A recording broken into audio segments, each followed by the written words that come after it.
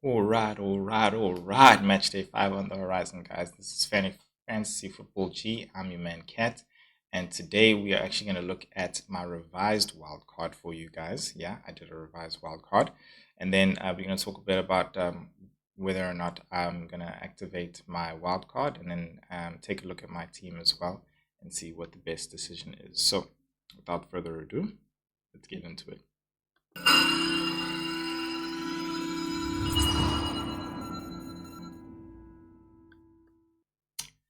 Right. First things first, I need to thank you guys for all the love and support that you've shown me ever since I've made some changes to the channel. Honestly, really, it's gone such a long way. So please continue to do so as I give you guys the best content and the content that you are looking for. So make sure you hit that like button as well. Love the engagements. Please comment in the comment section and I'd really appreciate it. So let's get straight into the channel, into the show. And yeah, so this is this? No.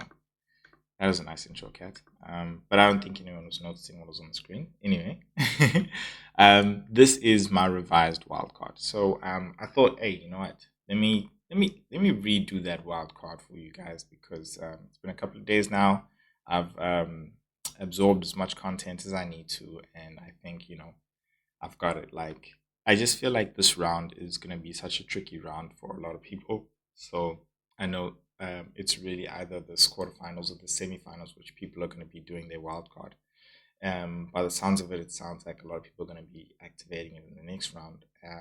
But I thought, hey, let me revise it because this round, the reason why it's tricky having your wild card in this round and the way things have played out is that a lot of the good teams are going up against each other. So it's kind of hard. You're stuck in a position where you actually have to choose.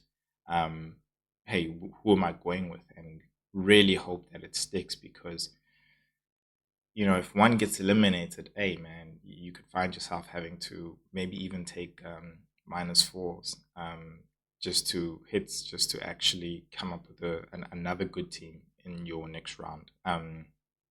So I thought, hey, okay, cool, Kev. Do a wild card where you believe this team is gonna go through. It's gonna do well. So yeah, we'll start in the back. Netherlands for Bruggen and uh, I can't pronounce the French keeper's name. Um, I think it's Mian. But yeah, those are the two keepers I'm going with. Really, I think I think it's going to be a tight game between Portugal and France. Both teams haven't necessarily been all that scary in attack. They've really just skimmed their games. Um, I think maybe Portugal, apart from one, besides that, they've haven't really been prolific in front of goals. So both have good defenses. I think they'll keep each other out. If they don't, I don't see the scores going past the 1-1 really. But that's just my opinion again. And with Netherlands, I think it's an opportunity to get a clean sheet. No disrespect to Turkey, but I mean, on paper they got one of the best defensive players, in the game, both left, right, center. So Verbruggen's well protected, and he himself is a very good keeper. I believe those two will get past their games very well. Going on to Netherlands as well into the back four, Arcade Dumfries. I think you're covering yourselves from both sides, and it makes sense to really triple up on Netherlands' defense there. Again, they can concede, but um, again, I still pick Netherlands to go through there, so I don't see any changes happening there for the next round. Jules Koundé, been the man. I think he's the highest points earner. So he's been delivering honestly. So yeah, Cucurella more of a differential. Carvajal scored the most points, but Cucurella for me I think is the one to go for.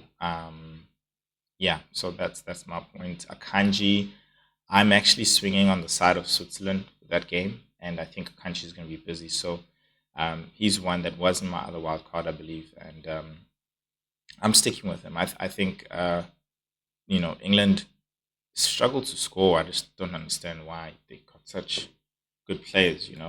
Players have racked up goals in their leagues, and they're just not making it happen. And Switzerland's so well organized, so well trained. So I think Akanji is going to be racking up points then, maybe even a man of the match just by recovering those balls. So yeah, that's my defense. And then going into the midfield, I'll start from the right with Fabian Ruiz. Again, what can I say? Really, yeah, they're going up against the host Germany, but again, we can't deny what Spain's been doing, man. Honestly, they've been so good, so good. So I think him and Nico Williams are like a no-brainer. In all honesty, them followed by Musiala to honestly, have somebody from Germany, not just for the sake of having them, but in case as well, you do want to sort of spread yourself as you also going into this round if you're going with your wild card, so in the case where they do go out, at least you are covered a little bit with some German players. But besides Musiala, I in the midfield, I mean, versus is minutes risk now. He will come in and play at least maybe 30 minutes, 20 minutes. Will he have that much of an impact? My thing is, Spain, with their ball position, and that's also another element of their defense, of course, having the ball, because without the ball, the other team can't score. So I just don't see um, Germany having that much of the ball. And even when they do, I don't think it will be in the most dangerous areas as well. I think Spain will know exactly how to keep them out and allow them to have the ball in areas which are not dangerous to them. So that's just me and my technical analysis of that. Jude Bellingham, again, I don't think England's gonna make it through, but just like Germany, I want to get myself covered there with a person I think who's gonna have a big effect on the game, and that's been Jude, from day one as well. So yeah, I don't think there's much you can really say there. Nico Williams covering myself, honestly, again there on the flanks there with him, and then Abitcher. Yeah, man, he's just been amazing playing on the left and coming in really and providing and being that anchor and turning and then looking to Mbolo and the guys making runs. He's also been racking up the points, so I think he's going to be another pivotal player in that England game as well. So just want to cover myself in that game. Yeah, yeah. I didn't go for Bruno. If you're asking why not, because it's French. I feel like the French defense is so strong, guys. It really is. And I think that takes me to the strikers and also removing Cristiano Ronaldo and having um, uh, Mbappe there rather. Yeah, I think it's going to be much better to have Mbappe. I think if anybody can make it through anyone's defense, I think it's France that can make it through the Portuguese defense. So yeah, I guess we'll have to see, wait for to see for that game. And then Yarmil Lamal, yeah, again covering myself on the flank there. If I don't get a goal, then I'll definitely should get assist points there as well. Very impactful player, just like Gakpo. Really, he's been doing really well. Really, maybe every second game as well. So yeah, I mean, you can go for Depay. He is a differential, but I just feel like Gakpo's, he's been delivering, man. Depay has gotten like one return in one game, in the four games. So it only makes sense to go with Gakpo. So yeah, let me know, guys, in the comment section what you think, what changes you would make. But that's my revised wild card for you guys who do have the wild card active, and that brings me to what I was gonna say. I Let's take a look at my team. Let's switch and let's go to my team. I myself don't have the wild card active. Um, it's like I said, I feel like we're in a sticky situation, and this is my advice to you guys. And I know it might be late, but that's why I always wait until the last minute to activate the wild card. And maybe you guys still haven't activated it yet, and you've been really thinking about it. But you're really gonna have to be yo. You're gonna have to know, like, this is the team that's going through. And I just felt like no matter what way I configured my wild card, I just saw myself making more than four substitutions, because going into the next round, you get four free transfers. And yeah, just I really I can't see myself making a team where I won't need to take hits in order to actually put up a good team for the semifinals. So I figured, I think I'll hold my wild card. I'll bite the bullet, even if my team doesn't necessarily look that impressive. And just getting into my team, the obvious substitutions I have to make is Mark Gahey out, of course, Sabitzer and Barella out. And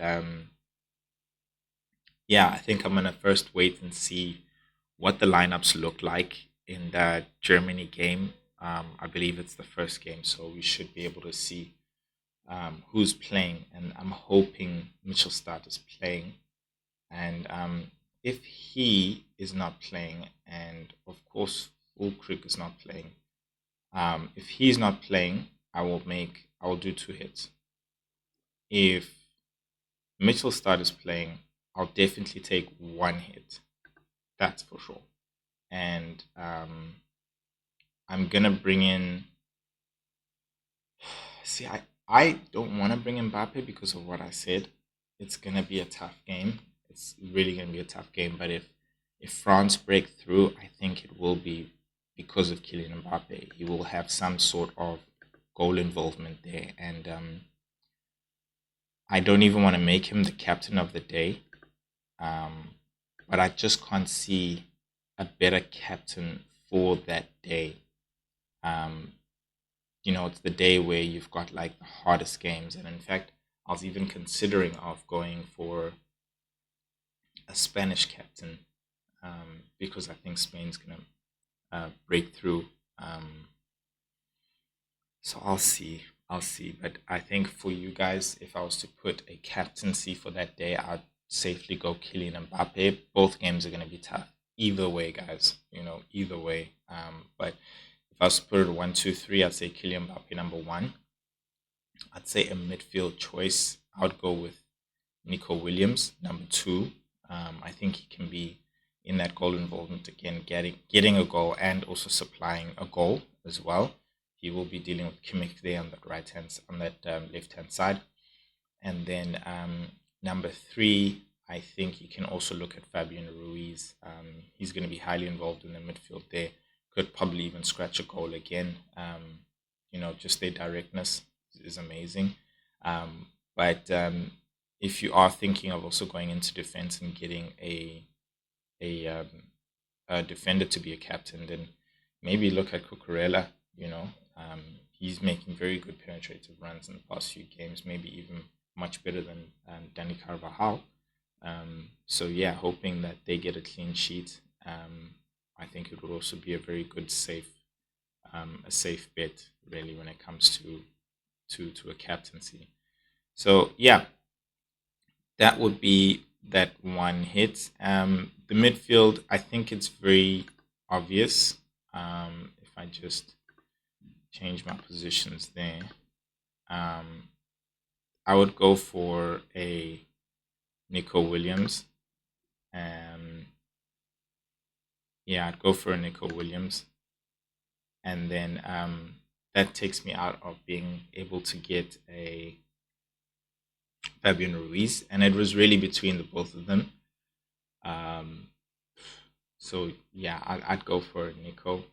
Um, Fabian Ruiz has got more goals, but I just feel like Nico has Nico. I think gets more opportunities to score and to actually really provide. Fabian Ruiz makes perfect and beautiful late runs in there. But let's just check. Let's see what his. First game, 3 ball recoveries, 5 ball recoveries, last one, 2 ball recoveries. Still got 10 points. So,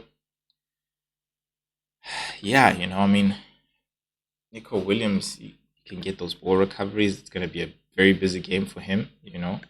First game, he had 1, which is, I expect none less. 2 in the second game, and 9 in the third game, But he has the opportunity to get that as well as the clean sheet point. So I'll go for Nico Williams there. And then my other midfielder, I'm actually thinking it's between Simons and Abicha. Now the thing is, Abicha is he's got way more points. He's got way more points. Javi Simons is on 16, and Abicha is, he's had 20. He's at 24 points, and it makes sense to do Abicha. I really feel like England's going to struggle. They definitely, to me, I feel like they're going to concede. And hey, I've been wrong, but man, that Switzerland team is well grilled, man, very very well grilled. So I'd go with Abicha. Um, I'd go with Abicha. I just feel like Xavi Simons, it has to be his day. It has to be his day, and it really hasn't been his days. You saw that time when he received the ball on the box, and he should have hit it one time, but he controlled it, and ball got stuck under his feet. He just has those moments and just unlucky moments as well. I feel like him and Lukaku have really been unlucky in this tournament. And Lukaku's out now, but he's also looking to be the guy at the end of the assist, more the guy in the you know that's making the assist. So from a man in the midfield, I really want somebody who can do both, and I feel like Abicha can definitely do both with his late runs into the box as well. So yeah, those are my two midfielders, and then what I'll do as well in defense is, of course, get a Netherlands man, and who's it gonna be between uh, Ake and Dumfries? So you all know that Ake is he is the highest owned, more than Dumfries, and I said it. I remember Dumfries was the highest owned. We were sleeping on him, but Ake's done really well for himself. So I don't think it's really a debate there. But if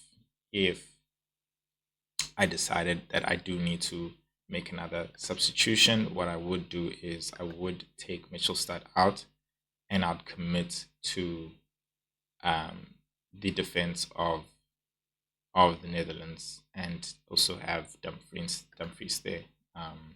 I think that they can get a clean sheet, like I mentioned. That will be a -8, 2.3 left in the bank. We've got money galore, man. We've got money galore. So if you still haven't used your limitless, honestly, it doesn't really matter. Like, this is like your limitless team for the stage at the same time. Um, yeah, I made the decision to commit to Spain in the defense in the previous match day. It didn't work out, but yeah, I don't want to make too many changes there really and take too many hits. And you guys are probably saying, "Cat -8." Like, hey, look, honestly, if I have a good captaincy, it can pay off, and I have that opportunity, from 2 days. So going back to that captaincy for the second day, I would. I hate captaining a forward player, but I feel like Gakpo's, probably the best player for that day. Yeah, Gakpo's the best player for that day. Jude is definitely an option. Um, I just, yeah, Jude's an option, but yeah, man, I don't know who else I would go for. Like I said, I wouldn't want to captain a forward, so I wouldn't want to captain Harry Kane. I'm not, as much as I believe in Switzerland. I don't see anybody I can captain there that can really make good points for me. Um, Maybe I'd go for a defender there, but I wouldn't pick a Kanji just in my situation. But yeah, I'd say if I was to put it into a tier, I'd take Heckel first, and then I'd put Bellingham second, and then I guess, yeah, yeah, I don't even have a third one. I don't even have a third one. Maybe an Ake, clean sheet, assist points, recovery balls. You could get a good, decent basic, probably 14 points, 15 points if he's, yeah, had a good game. 18 points if he's had a good game. So yeah, we never know. We never know. But yeah, guys, that's that's yeah, that's my team. If you are interested in seeing what my old wildcard looked like, then check out this video over here. But besides that, guys, I will see you in the next match day, and you know what it is. Good luck for the match day 5, and yeah, I'll see you guys in the next video.